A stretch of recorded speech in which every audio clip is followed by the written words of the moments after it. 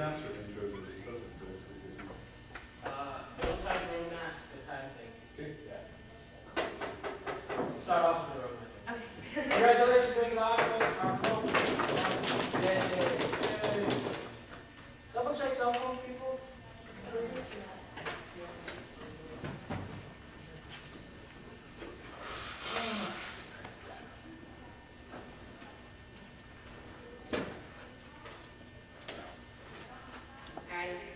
Well, good morning, welcome. Thank you for being here. Thank you for tuning in. Congratulations on making it to Dr. Channels Round. Thank you, Mike, for putting up with me this long debate. And with that, let's get straight to the resolution. It's of the United States to reverse its One China Policy Act. A few definitions. The United States is defined as the U.S. federal government, should implies a plan, and reverse means, according to Oxford University Press, that operating or behaving in a way contrary to the way it was done before. So, the One China policy simply was established, well, that'll become clear in the background information. So, in 1972, Nixon opened diplomatic ties with China by establishing a One China policy, which means that there's only one legitimate government within China. The trick is that the policy is very ambiguous. He says it doesn't specify exactly what government that is. Beijing is the Taiwan, is something else. This is proven in the fact that in 1977, Carter recognized Beijing as the mainland government, and then in 1979, the Congress backlashed and then said it was Taiwan. This ambiguity is proven between these flip-flops, these historical activities, which then leads me to the resolutional analysis. And I'll take your question. At the point that Nixon supported Beijing, China, joining the United Security Council, and nowhere did the United States ever advocate Taipei joining the Security Council in general, how can you say that we're flip-flopping on this issue? No, Nixon said that there was a One China policy. It was entirely ambiguous as to what that was.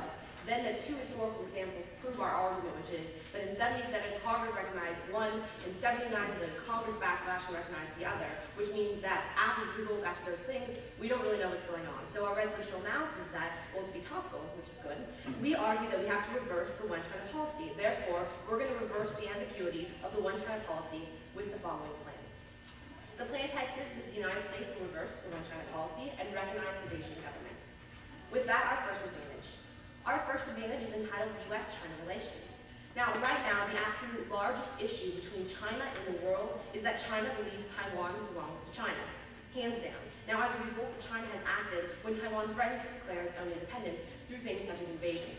Now, our next point out this time, and thank you, is that the Prime Minister just got reelected, and the election was itself a referendum on whether or not independence, whether or not they would pursue independence. Now, he won. Now, the point is that means the separation is inevitable. Further, we just put the first phase of missile shield in Japan, and we've already said that we're going to extend this to Taiwan, which means that China at that point will entirely respond negatively. Furthermore, in the status quo, when the United States has ambiguous policies, and meaning that we perhaps would defend China or Taiwan or not, that leads to a war with China. And I'll take the next point. How do you explain the 2001 white paper that reiterated Nixon's stance that Beijing was the one true government of China and that we would once again stand by that policy? Our argument is that, Congress? I understand the question, thank you. Our argument is that the congressional amendments that actually took place, not just some report that was made, would have flip-flopped back and forth, which means that it could still happen again. So our argument is that ambiguity has to be stopped, and that we need to take a specific action to take a stand on that particular issue. I think that's clear. Now, my next argument is that China is also emerging as a rival hegemon, and the U.S. has enormous amounts of domestic pressure to engage China on that level. Furthermore, this is empirically proven when Bush has entered into the space race after following China's entrance into that as well. So the plan recognizes Beijing, so the impact means that there's no superpower war between China and the United States. It's a huge impact for our case, that the moment that we start to recognize Beijing and can hedge off these conflicts, we gain a massive advantage. So our second advantage, which is also fantastic, is entitled North Korea. The biggest issue for China is Taiwan. However, here the United States is not making China happy because we're not recognizing China's right to Taiwan. As a result, the plan makes China happy. Now it's time in, thank you. So we get then the Six Nation talks were about North Korea. And it was put to the United States that you either have to deliver to Taiwan and then we will deliver North Korea. Therefore, China is North Korea's only trading partner. They've said they're going to engage in embargoes as a trading mechanism. The point is that China will now twist North Korea's arm to allow nuclear inspections and not continue with nuclear development programs there, thank you, at the threat of embargo. That's a huge advantage. Now, North Korea has also said that they haven't tested yet because China has threatened this embargo. So there's empirical statistical evidence that this threat is real and that if we help engage and stop the nuclear proliferation. Furthermore, you can cross-apply the inevitability arguments, no thank you, from Advantage 1 that tells us that when the U.S. and China, that this U.S.-China conflict is inevitable, that we can't impose embargoes. The impact of this is key. The Japan proliferation, if North Korea is testing, and that it becomes right, that we have more motivation, that's the clear impact to the second advantage. So let's go to our last advantage, no thank you, is multilateralism. In the status quo, the United States is prepared to step to China, which I think represents the coaching we have, but that's how they put it to us. They're prepared to step it up. And my analysis of the space program is one particular piece of evidence now. The plan steps back and allows China to have its regional influence, that we allow them to define essentially what it is that their regional domination of power is within that. I don't think the U.S. isn't declaring that with the U.S. isn't deciding for them. At that point, the steps of the U.S. acknowledging that things like EU and India and Brazil and China are all growing strong regions within the international economy. This means the United States has to make a decision that, look, there are other countries in the world, no thank you, ma'am, that are already making these decisions. That type of multilateral action is key to solving international conflict in today's day and age. We say that specifically today, the United States is engaged in all over the world, that we have troops deployed everywhere. This multilateral initiative is key to solving those types of international conflicts today. So the impact is on international relations, so thank you, ma'am. And at that point, we're growing strong. But actually, no, I'll take it another way. I'm really sorry, I'm going back to your paradigm. Can you give me one act of Congress that specifically recognized Taipei? As one act, specifically. Well, our argument is that 72, Nixon said, we're going to have this one China policy. There was no delineation as to what government that was. In 77, Carter said it's going to be Beijing. In 79, Congress backlash and said it's going to be Taiwan. Now, there's been no clarity on the resolution, which means, that means that it is ambiguous. That's our point. So our plan clarifies that policy by selecting one. I think that's pretty clear. So, with that, the answer, I hope that you affirm. And with that,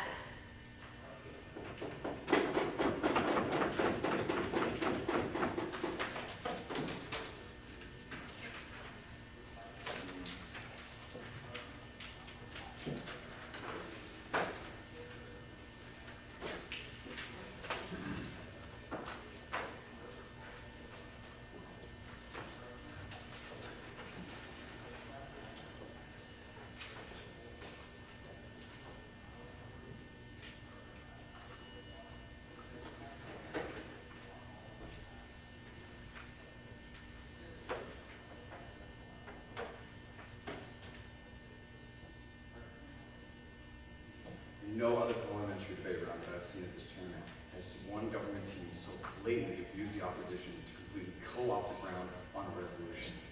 Now, we agree with them that their advantages are good, because those are our disadvantages to the case that America would abandon their one China policy of always supporting Beijing. We're going to tell you about this abuse because we have three disadvantages to that point.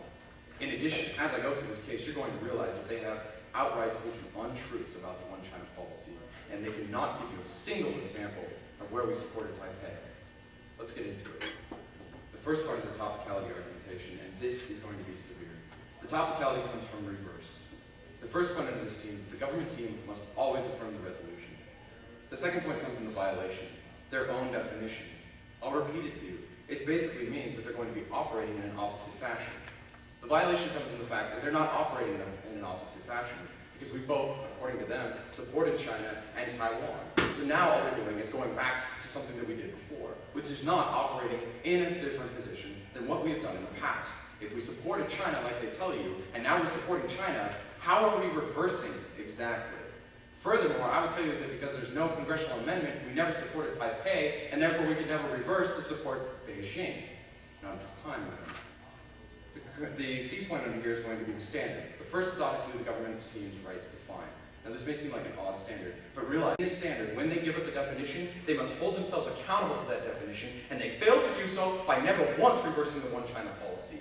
And at this level, you can vote against them. The second standard is contextuality. When we look at the one China policy, it specifically talks about dealing with Beijing as the one China and not discussing actions towards Taiwan or allowing Taiwan to be a diplomatic partner. There's a reason Taiwan is not on the Security Council. There's a reason we don't go talk to Taiwan when we're heading towards China. It's because our one China policy has and will always be to support Beijing. Your question now. okay, so the one China policy didn't label a specific government. How is it that when we reverse the ambiguity of that policy and recognize one, how is that not a reversal? But as Kate tries to get from you on a point of information, Nixon said we're supporting Beijing with our one China policy when he passed it. Then he said, let's get him in the Security Council. Then every administration after that said, we deal with China, Beijing, as the one China, and we don't deal with Taiwan. At that level, there's no ambiguity. So you can't run this argument. Now let's get into the voters. The first one is this is an a priori issue. Realize that since they put out this definition from the beginning, they cannot change it. Realize also that because they are not operating in an opposite fashion, even if you buy their interpretation, you could vote against them because they're not reversing anything. Removing an ambiguity is not reversing a policy. The second voter is abuse. Here it is. I have a disadvantage about war breaking out in North Korea if we stop supporting Beijing. I have a disadvantage with the great impact scenario about why the war is going to break out with Taiwan and the United States is going to begin engaged in regional warfare. I also have a great disadvantage about the fact that this is going to reverse our policy to work with Beijing towards human rights developments around the world and in China. 3 examples of abuse. Vote against them. The final voter under this topicality argumentation is that this is a jurisdictional argument. Realize that when they try to shift out of their own definition of reverse, and they don't even uphold their side of the affirmative, you can't vote for them. Because now they're not talking about the resolution. At that level, you vote for the Colorado College, both on presumption and on the fact that this unchecked abuse cannot be allowed to go rampant in our community of parliamentary debate. Not at this time, sir. Now let's go into the case debate. Let's start with their background. Their first point is about that Nixon opened ties.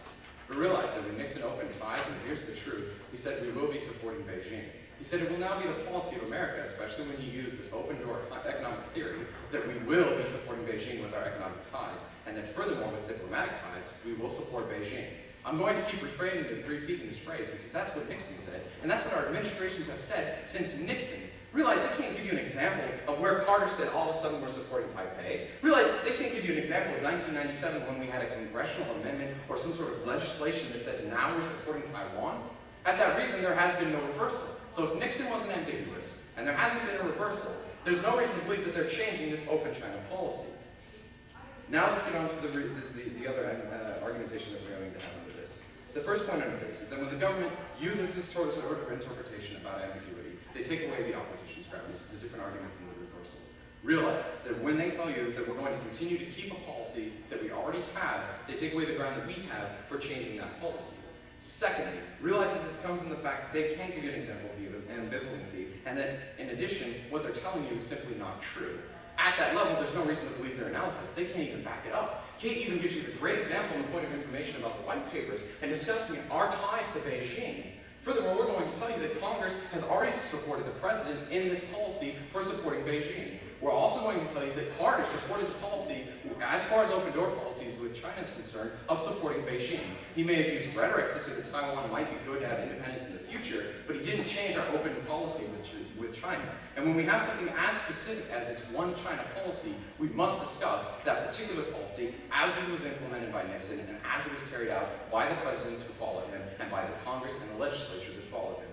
Realize that the voter on this implication is going to be, again, abuse. That at the point that their case becomes our off case that we were going to run for you, that shows you the blatant abuse in today's round. That in addition, because they used false claims to try to uphold this interpretation, that's another reason to vote against them. You don't vote for a parliamentary debate that isn't based on truth. You don't vote for parliamentary debate which is abusive to one side of the teams and it completely nullifies our ability to get a better LOC that could have actually discussed the implementation of, say, supporting Taiwan versus supporting China. Look at the debate that we could have had as another voting reason underneath this position, that we could have talked about the benefits of supporting Taiwan versus the benefits of supporting China. We simply can't do that right now because the ground has been taken away by the government team. Matt. Okay, so then do we just ignore the 1979 congressional backlash where they're like, no, we're going to look to Taiwan? Well, all of a sudden now you're changing things because you told me in 79 it was Carter. 1977 was Carter, 1979 was the congressional backlash. So I'm just curious as then, are we just supposed to ignore this congressional backlash and just assume that really what was going on, was this other policy? So where did they pass the legislation to change the policy? That's our point. I mean, our point, well, I don't have to speak, we'll make arguments. My point here is that they never show you where Congress changed. Sure, Congress might have been mad at the one policy towards China, but they didn't change that one policy towards China, which only fuels our argumentation that, again, they're taking away our ground. Now let's go into contentions.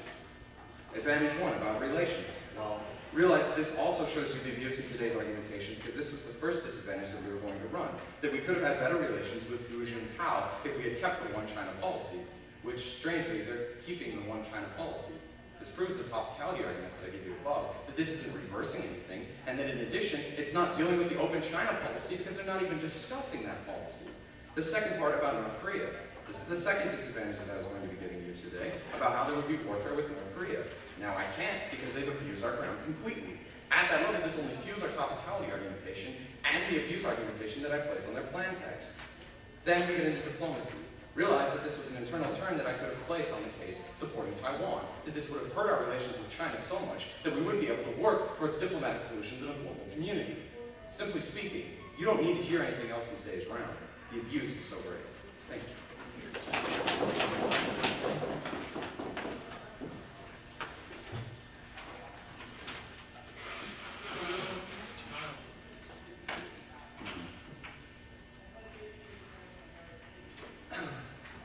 We'll be just a little bit going down the case, followed by the procedures in order, well, procedurals, topicality, and plan test, if you all want to go that first. Thank you all for being here. This is going to be an interesting debate, but at the top of this, you must realize that we're going to give you examples where Taiwan was recognized as the legitimate government, and they'll give you examples where China is recognized as the legitimate government. Given this ambiguous nature of the situation, you're going to realize that with the competing claims both left and right or back and forth, that at the end of the debate, we're so right that the one China policy is ambiguous, and the only way that you can actually get away from this and reverse the policy is not to make it so, make it clear that we support China. There's going to be a couple different places where this has already happened, and I'm going to get to that specifically. Now, there's three advantages that we give you. He tells you that these would have been his off-case arguments, but he doesn't deal with Melissa's analysis here that this proves topicality and the case. She tells you specifically that we refuse to recognize them, and at times we withhold diplomatic negotiations where we just refuse their existence. Well, yeah, refuse that they actually recognize them as a legitimate government of China. This makes the entirety of China. This makes them uneasy and thinks that we're going to do things that bolster Taiwan, like we have done in the past. I'll be getting this on a topicality debate at this time. Or we are actually making Taiwan look more, well, we want to support Taiwan in some instances and we support China. This puts them on edge and makes the situation unclear. The first example at this time is the Taiwan Security Engagement Act of 2000, which Congress passed, that sent not only armaments, but also carriers that can carry nuclear weapons to Taiwan at that time. This is a clear example where we gave the government weaponry because we were afraid of what China was doing. Additionally, the 1979 Taiwan Relations Act, which is what my partner was referring to, which is the congressional backlash, is when Congress said what Carter was doing was not good, and we should recognize Taiwan because it's a free democratic place. There's ambiguity because the original one China policy explicitly stated that we will recognize China as one country, but does not say who. Now, of course, presidents go on to say who they want to support, and it's gone back and forth. But at this time, the original one China policy did state who. Yes. But with the 1979 example that you're giving us with Congress, how does this say that also we changed our One China Policy Act to support Taiwan? Congress has a policy saying that the One China policy should recognize Taiwan because they didn't like what Carter was doing. This is very explicit. Now, topicality. Again, there's going to be competing claims back and forth, and at the end, this level of debate where you have to value our assertions versus their assertions that have warrants this prove that the nature of the one China policy is ambiguous and you don't prefer us. But there's a couple of things here. First of all, their topicality of reversal is simply not true. A good example of this is the Taiwan Security Engagement Act passed in 2000 by Congress that gave armaments to Taiwan. Not this time. This was explicitly saying Congress wants to support the government of Taiwan, and they believed that it was the open front, the democratic front to China, and that's the way we should do it. My second argument is also not true. It's not a reversal. Or a definition of reversal is just not true because the one China policy never codified who we recognize. Even if you grant the argument that Nixon wanted to recognize Beijing, that's distinct from the one China policy. That's what he did after he made it there, not at this time. Now, my next argument is a counter definition. The U.S. stance towards them was when we wanted to open up negotiations with what China was occurring, or what was happening in mainland China and the area. We just wanted to recognize them as a whole unit. Now, the standards for this is, first of all, the right language of what is happening. You either have to reverse the one China policy from its ambiguous nature to something that's more explicit, and we do that effectively. My second all is contextual policy, whereas it's contextual to what policies have been passed and the actual policy itself. Not the perception we give. Yes, we have recognized China in some instances, and we have recognized Taiwan in other instances, not this time. Now, I think that's pretty straightforward. And yeah, it's pretty straightforward. You only gave my partner one question. I'm not going to give you more than that. Now, this is pretty straightforward. This is, the policies that we passed were saying that we want to recognize one country or the other. And that this is something that's contextual to the one-China policy, not the perception of China at one time or Taiwan at another. My third argument is a reasonable interpretation of the government. We get to reasonably define what's currently happening, and we give you analysis on one way or other. That's why we have the U.S. federal government as an entity reversing one-China policy. We don't say that's one nation or the other, but we just recognize China as pretty straightforward. Now, my next argument is that reversing ambiguity, the ambiguous nature of the policy is reversing the policy, because the policy was originally set out to be ambiguous and allowed for some flexibility, so that we can recognize Taiwan or China. Now, my next argument is that their interpretation is bad, because they don't spend, or their interpretation is bad because it's not the actual context of what is happening or what has happened in the past. Also, if you look at the names of both countries and what we referred to them before and have recognized them in the literature is what they call themselves. For example, China is called the People's Republic of China, and Taiwan calls itself the Republic of China. They both claim to be China, and that's why we recognize the one-China policy, because Chiang Kai-shek, when he originally went over to Taiwan, we wanted to recognize him at that point, or at another time, we wanted to represent the communist regime. Now, the next argument is that they tell you that they use the standards of the affirmative right to define a contextual policy, and also, the three standards they give you are not very well articulated. He says that we destroy our right to define, but I think our right to define is very explicit, especially when we give you policies going either way. Also, remember, there are times that we don't only support China, but we also support Taiwan, and that has never been codified into existence. We've never passed a law saying that the one-China policy is that Beijing can recognize it. Go ahead. At the point that, especially this Taiwan Security Engagement Act from 2001, we specifically do not reference Taipei, but we reference Beijing as the one true China. We say this in our policies of Beijing as the one true government of China. How can you claim that supports Taiwan? How can you claim that we're recognizing Taiwan's government with this? When we give aircraft or carriers to Taiwan, the government, we are recognizing the government explicitly. We don't reference, say, Beijing to one government when Congress passes Taiwan Security Engagement Act. It's pretty explicit that we gave it to the government of Taiwan because we were afraid, Congress was afraid of what China was doing when they were pointing their missiles at the tiny island that they said they wanted to invade. Now, the abuse here. They claim that they get to run our this as an abuse, but our argument is that the topic was explicitly bi-directional because it was an ambiguous policy and we need to recognize one or the other. They don't tell us why they're going to prep for one side or the other. And our argument is that they should have been able to prep for both sides because the policy is themselves innately ambiguous.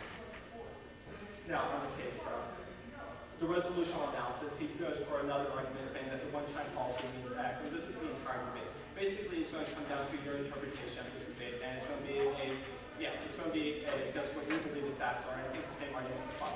Whether or not you think the one-China policy was ambiguous when it was originally stated, and whether or not presidents and Congress and the U.S. federal government have gone back and forth on who they support as the one-China policy. Now, if you believe our arguments that we have recognized one government or the other at one time or another, it shows how the one-China policy is ambiguous, and they will tell you reasons why we don't support China, but that just goes further to feed our argument.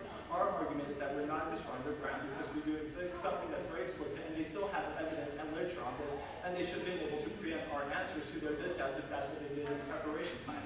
I mean, they should be able to make those answers to our discounts that we were going to make to whoever they prep. I think they should have been able to prep both sides in the debate. They should stop claiming about this. This is a very explicit policy, and we give you reasons why our lack of clarity on the one-China policy is something that's causing China to be angry right now. For example, we refuse to recognize when we're talking about national missile defense, we want it to actually cover Taiwan. We want to go hard to do that analysis that's eventually going to shield that area because we're afraid what China's going to do. In fact, whenever we talk about the NMB, one country we never mention is China. We want to make sure that Russia feels okay with it, but we never mention their name in the context of national missile defense. But we do talk about other areas such as Japan and Taiwan. I think the contextual evidence is clear, and that the nature of this topic value is we give us a government ballot at the end of this debate. Remember, if you buy our analysis, then you're still voting for us.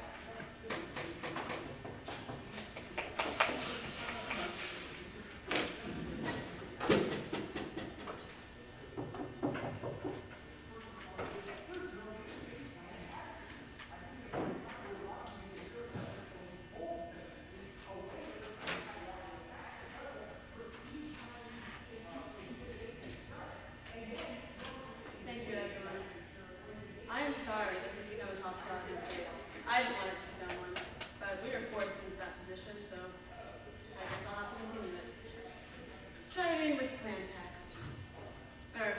starting with on case, talking about the two examples they give us of the 2001 Taiwan Security Engagement Act and 1979 Taiwan Relations Act. What they fail to acknowledge is that both of these acts specifically said we will never support Taiwanese independence. They said we will support Beijing and Beijing's claim to Taiwan.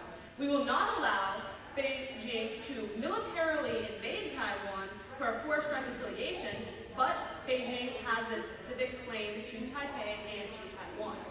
Both of these acts actually firmly address that. At that point, our one China policy is very clear. It's not bidirectional. It's one China, and that's Beijing. We only acknowledge one government, and that's the government with the Security Council chair since the 1970s, since Nixon did this, and that's Beijing. This is not ambiguous. This has not been an issue with China. China has accepted that we acknowledge Beijing as the one China. That is the status quo. I don't understand why they're trying to claim bidirectionality. Continuing on, specifically on the topicality violation. Okay, first of all, he gives the same example of the Taiwan Security Engagement Act. At the point that we never acknowledged Chen Shui-bian as the president of Taiwan, we never acknowledged the government that they had formed, we only acknowledged China. You're not going to buy that analysis. Continuing on. He offers a counter definition to his own definition. We're using their definition of the topicality violation. He can't then offer you a new definition coming out of the government because we're using your definition to prove topicality. I'm sorry. I mean, that would be our ground for providing a counter definition. We don't want to because we think yours proves the violation just fine. Continuing on. He says it's a reasonable interpretation. Okay. First of all, I'd say it's an unreasonable interpretation when they can't show real ambiguity. Second of all, I'd say even if there is ambiguity, reversing ambiguity adds words to the resolution and it's thus not topical. It says we need to reverse the one China policy, right? Reversing suggests that they're going to completely move away from this policy. If the policy was bidirectional, if it was for both Taiwan and Beijing, and once again it wasn't, you're going to have to show a complete reversal. They don't show that because they're still moving to Beijing in that. Okay, continuing on in the status quo, we're supporting Beijing. We're working with Beijing in the World Trade Organization. We're working with Beijing in the United Nations. We're working with Beijing in the bilateral and multilateral talks in North Korea. So they're not showing any sort of reversal at all. They never show you where we're working with Taiwan and we're not working with Beijing. So at that point, the bright line is they're going to have to reverse those policies that we're working with Beijing. Sorry. Continuing on. He talks about the People's Republic of China versus the Republic of China, and this does go back to Mao's revolution and Deng Xiaoping in the 1970s. However, what he fails to acknowledge is Nixon had a very clear engagement policy talking about the one China and our economic integration that was supported by Deng Xiaoping in Beijing. At this point, the decision was made in the 1970s. If they wanted a time spaceship back into the 1970s and on this case, that would have been great, because that was when the decision was made. But they didn't. Instead, they're trying to make this decision now when the decision is already made once we acknowledge Deng Xiaoping. Yes, they have two different names, but you'll notice only one is in the United Nations, and only one is acknowledged in formal recognition and formal, treaties that we have with these countries. Or countries, singular, because we don't actually have treaties with Taiwan.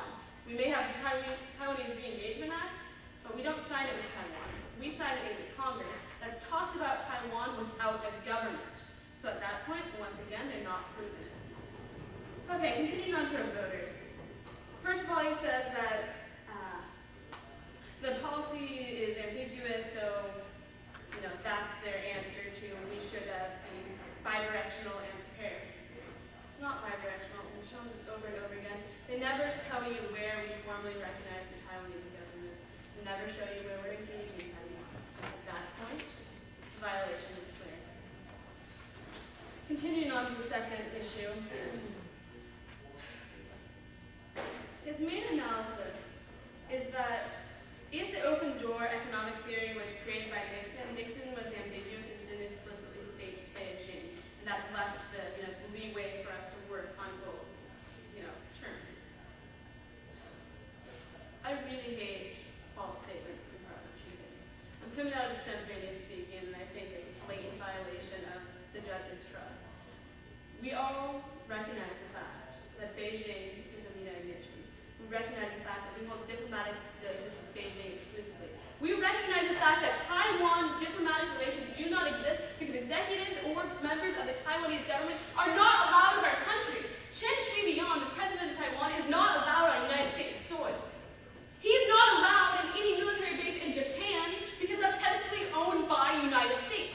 Any member of the Taiwanese government, since it's not formally recognized, is not welcome in the United States and hasn't been since the 1970s. This policy has never changed.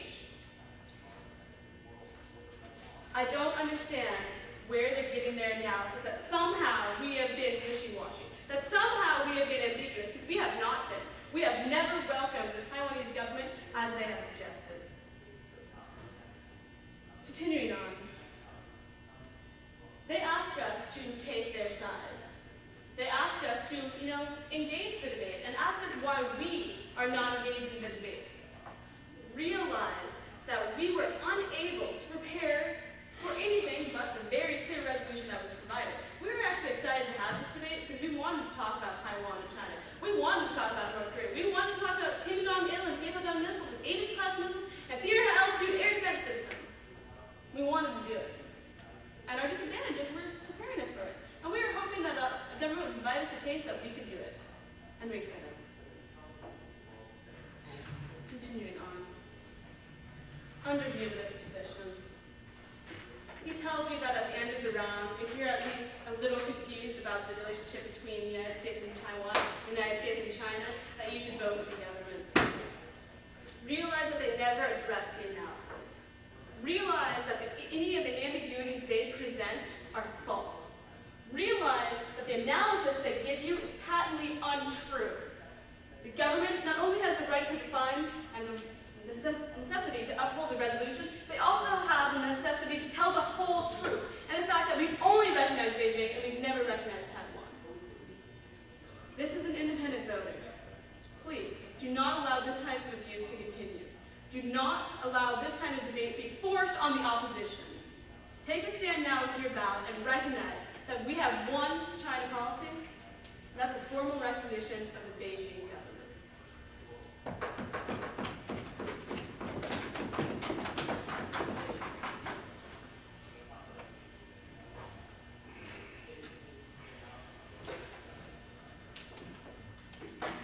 If I can jump in very briefly, even though it's a panel, please call points of order if you see something that's new, because I hate having to warm up the big intervention stick to figure out which arguments I shouldn't be listening to. So, please, call what you see.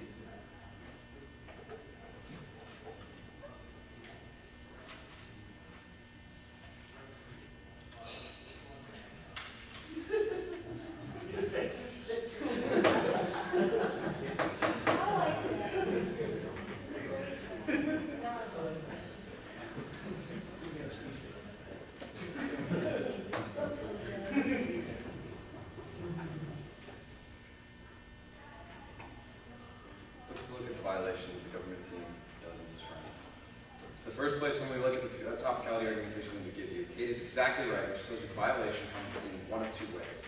Either first, they're adding words to the resolution. When they try to claim that the United States should reverse its one China policy because it's ambiguous, or it's ambiguous one China policy, or it should reverse that ambiguity. Realize they never tell you that we should reverse supporting Taiwan or Japan, that all of a sudden we should stop supporting China altogether. That would be a true reversal.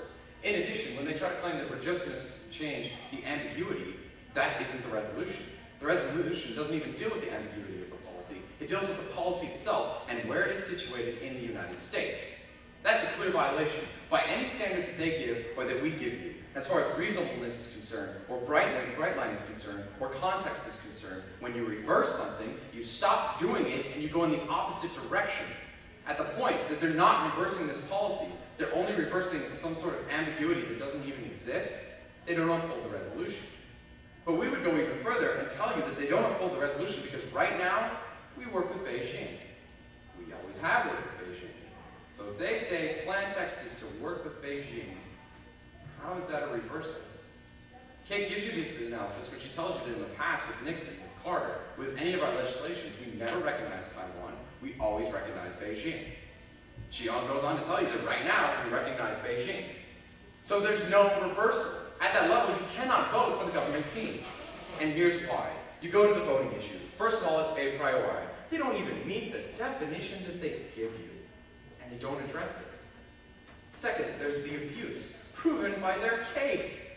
And the three disadvantages I would have liked to have run.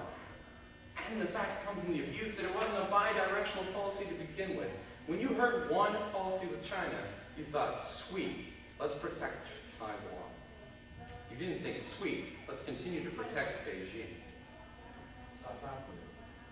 There's no extension of any of the voting issues off the topicality in the opposition speech. So all of the arguments about voting issues is Actually, when you said that the topic was bi-directional, Kate had three responses to that, which would be an extension of the abuse. that your voter was the examples of ground loss, which Mike answered, and that got dropped. And you never took a priority or the jurisdiction that went cold. Obviously, everyone has it under consideration. If you were to ask me, though I hope I am not influencing anyone else on the panel, I would say point irrelevant. But no one did, so I'm sorry. Under consideration. And then finally, as far as jurisdiction is concerned, they didn't respond to this at all. So that's a clean voter you can pull through from the beginning of my speech, which shows that jurisdictionally, you can't even vote in today's debate unless you vote opposition. But now let's go into the major arguments where you're going to be voting for the Colorado College, and that's the on-case debate that we had. Realize that there's a violation of your trust. Kate tells you that look at Taiwan and China. Who's in the UN? Who do we have diplomatic relations with? And we don't even allow Taiwanese leaders onto our soil. This is enough evidence to show that we're not supporting Taipei, nor were we ever ambiguous towards our support with Taipei.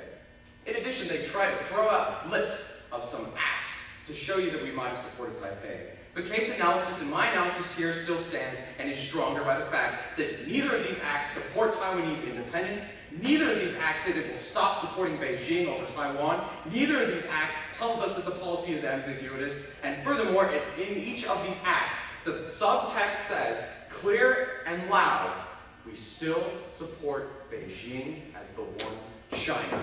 Throwing out acts is not enough to win a parliamentary debate. Take a stand with us now and vote on the voters that I give you on this position, that you will not allow government teams to take away so blatantly opposition ground, that you ask that we have debates about the relevant issues and you don't allow teams to give you falsehoods and claim that it's true so they can run their favorite squirrel case. Take a stand and change Parley right now like I asked you to do.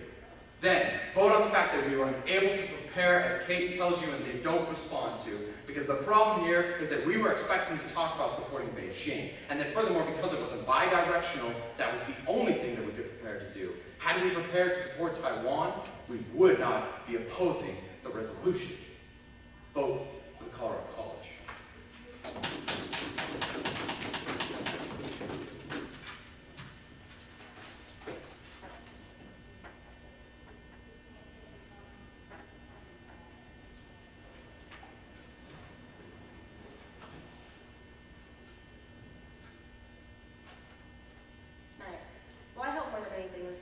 your competitors and their ideas in these rounds will always be the most important thing in this context.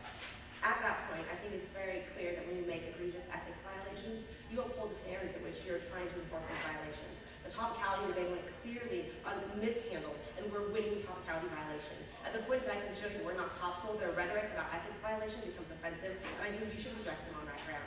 Let's go first, though, the problem throughout all of this debate.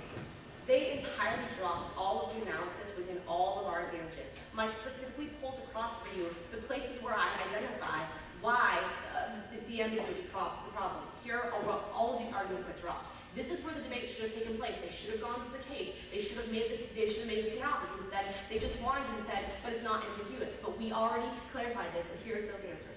The first one that he extended was that we refused to help China claim Taiwan. That's the first example where we clearly tell you how this policy is not clear. Then the second example we give you is that Taiwan Security Engagement Act 2000. We give weapons to Taiwan to support them. This is another example of where we're not being clear in our policy.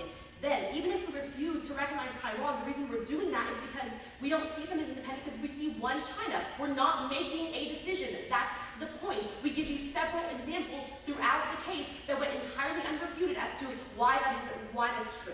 Then you can extend our 1979 Taiwan Relations Act, where they responded to Carter's analysis by saying, no, we don't think it's Beijing. We think we ought to recognize Taiwan. The fact that the Congress did that, that's the congressional act they keep calling for. I gave it to you at the beginning, and it still hasn't been unrefuted. Then they talk about how we don't allow them in the country. Well, of course, we're not going to allow them in the country when we're not recognizing that's the problem. It's this lack of clarity. I think this issue is entirely clear. Now, the only way that you can vote on these ethics violations is if, oh yeah, and the reason that we don't welcome Taiwan is because we've obviously armed them. I mean, that was our analysis. The only way you can vote on this ethics violation is if we're losing the topicality debate, which we're not, so let's go there.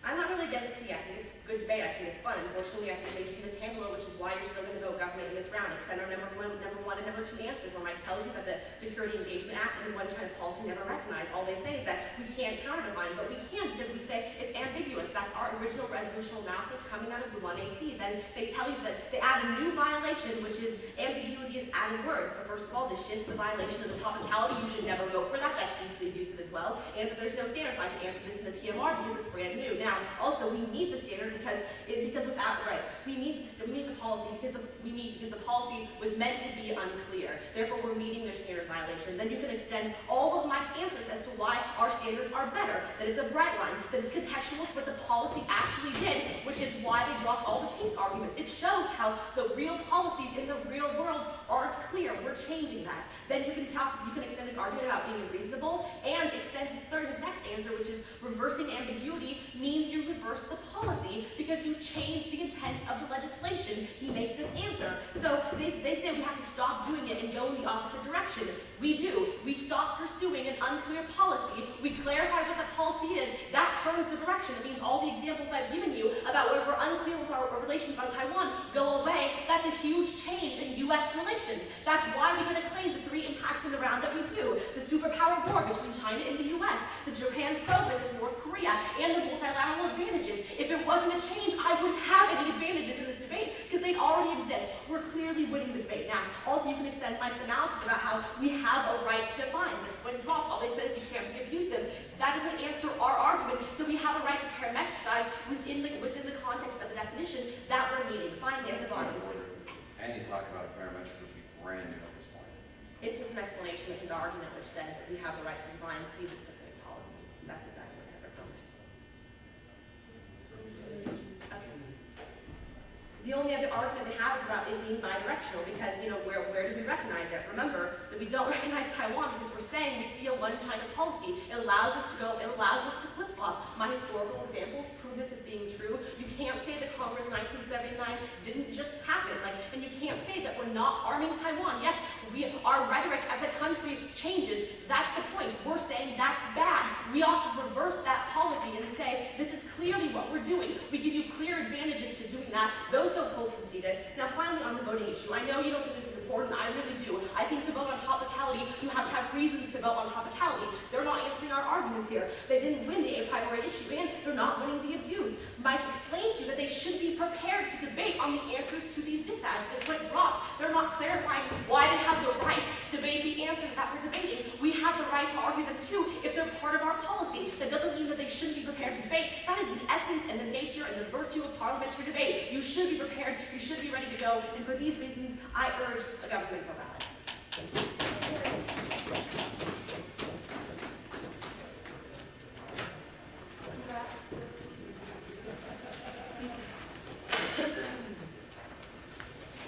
you give us a time?